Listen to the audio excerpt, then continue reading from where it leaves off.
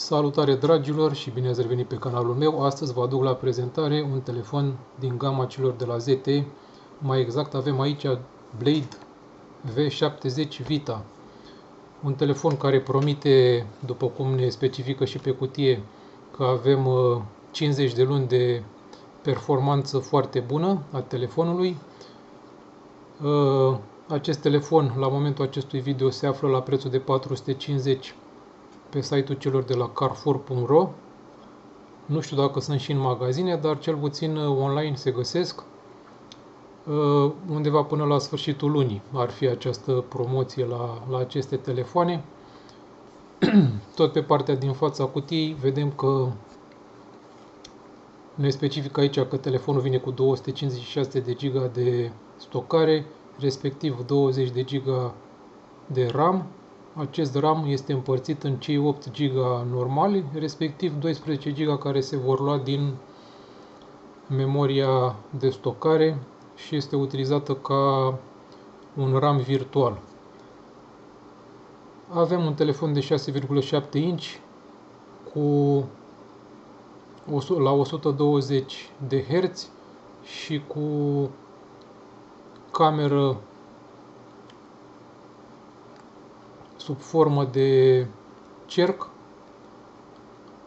Avem o cameră de 50 de megapixeli cu AI camera, o baterie de 5000 de mAh și vine și cu AI-ul celor de la Nubia. O să facem un unboxing, după care o să vă mai dau și alte detalii despre telefon. Eu la prezentare am culoarea Stone Grey, deci este un gri închis. E un telefon dual SIM, cam așa se prezintă în rest cutia.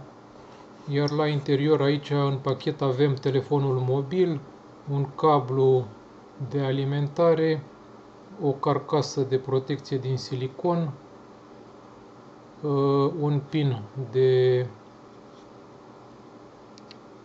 pentru a deschide acel setăraș unde sunt cartelele SIM, un ghid de start rapid, garanție și avem și o folie de protecție pentru display. Cam așa se prezintă telefonul, vine cu această folie de protecție din fabrică. O să-l scoatem din această folie și o să trecem și la specificațiile lui. O să-i dau eventual și o pornire, să vedem cum se prezintă. Cam așa arată pe spate. Are aceste, să zic așa, niște steluțe strălucitoare, se văd pe carcasa din spate. Vine cu sistemul celor de la ZTE, MyOS, iar aici avem deja mesajul de întâmpinare imediat după ce pornim telefonul. O să-l las o secundă deoparte și revenim imediat la telefon.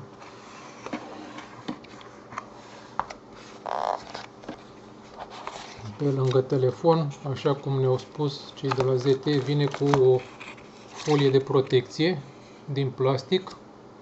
În orice caz este binevenită. Avem și o husă din silicon transparent, la fel, care este foarte binevenită. Aici avem acel pin pentru cartelele SIM. Vedem aici că avem și clasa de energie, este clasa C.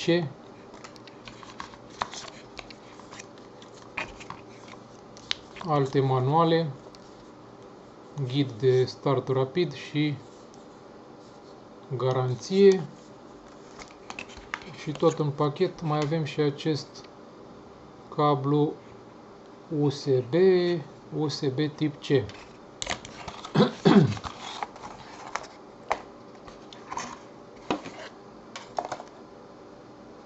Haideți să trecem la telefon.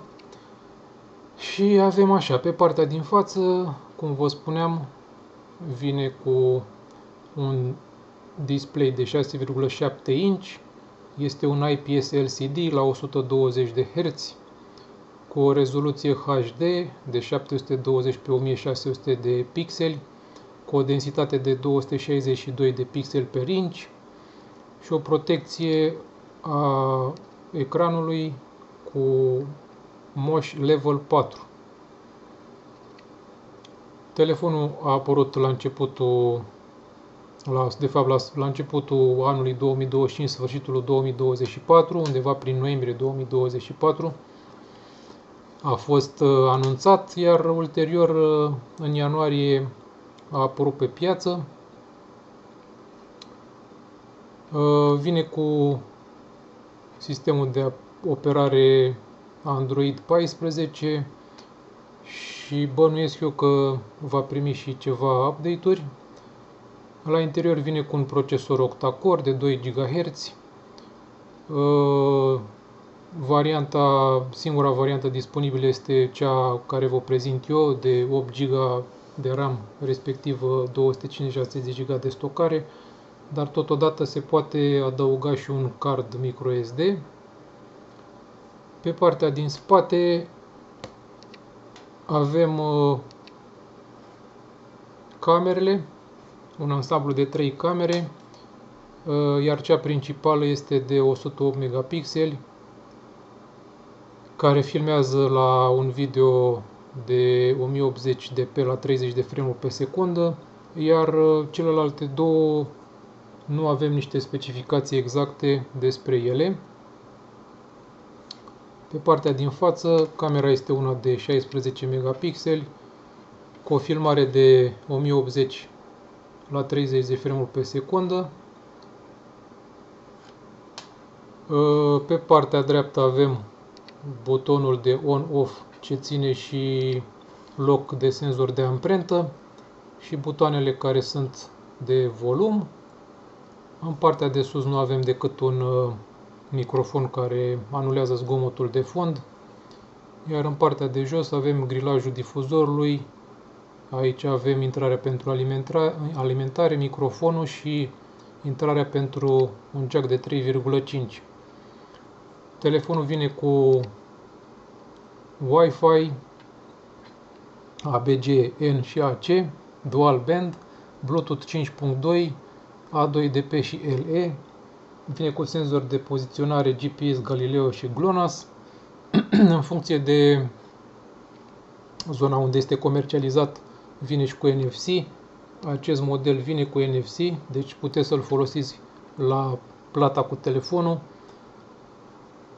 Are un USB 2.0 tip C. După cum v-am zis, pe lângă senzorul acesta de amprentă, care este integrat în butonul de on-off, vine și cu accelerometru și cu senzor de proximitate, iar la interior vine cu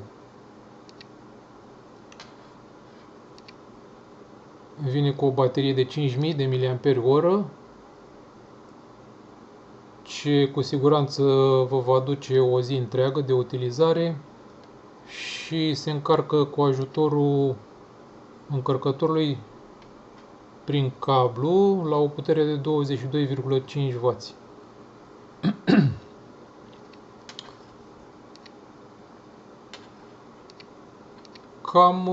Cam asta ar fi de spus despre acest model. Mi se pare un model foarte interesant, având în vedere că costul lui de doar 450 de lei, deci până într-o 100 de euro,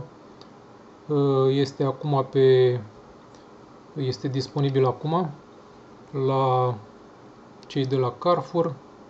O să facem repede o configurare a lui. Să vedem, ecranul este unul foarte luminos, se vede foarte bine, deși este doar un ecran HD, nu este un Full HD, ca să zic așa.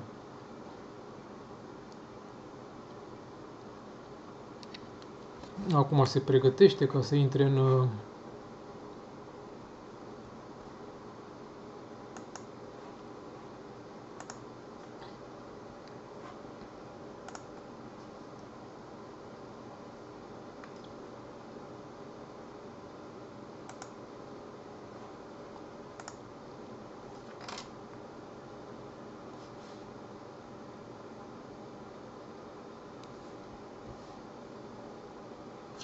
Da.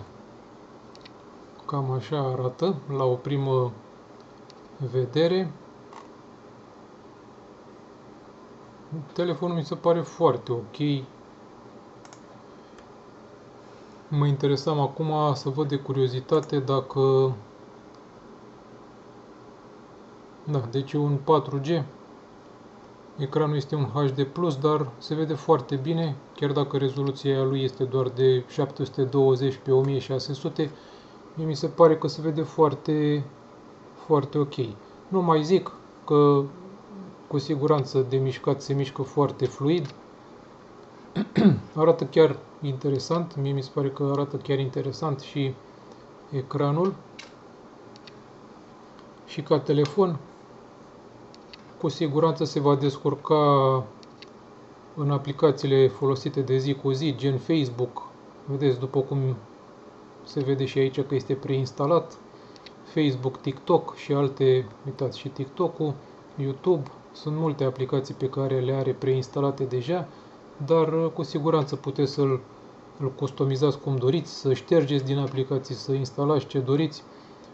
Sunt multe aplicații din gama celor de la Google, iar stați să vedem aici de curiozitate despre telefon.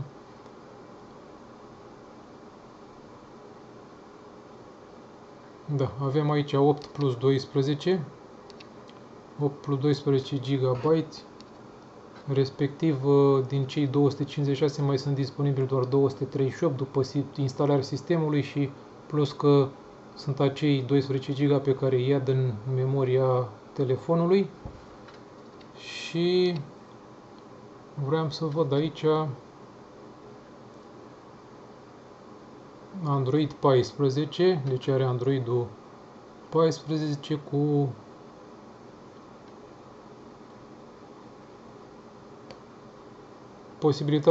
o posibilitate de upgrade, cel mai sigur. Procesorul este unul de la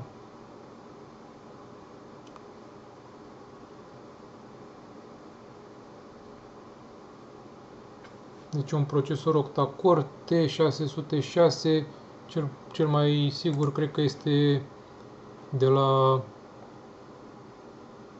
Unisoc T606.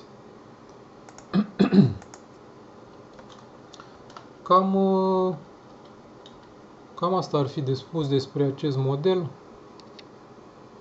După cum bine știți, dacă aveți întrebări, puteți să mi le adresați în rubrica de comentarii. Dacă v-a plăcut acest video, nu uitați să dați un like, să dați un share și eventual cei care veniți pentru prima oară pe acest canal, nu uitați să dați și să apăsați pe clopoțel ca în momentul când voi mai posta și alte videoclipuri să primiți notificare. Eu vă mulțumesc și vă doresc o zi excelentă.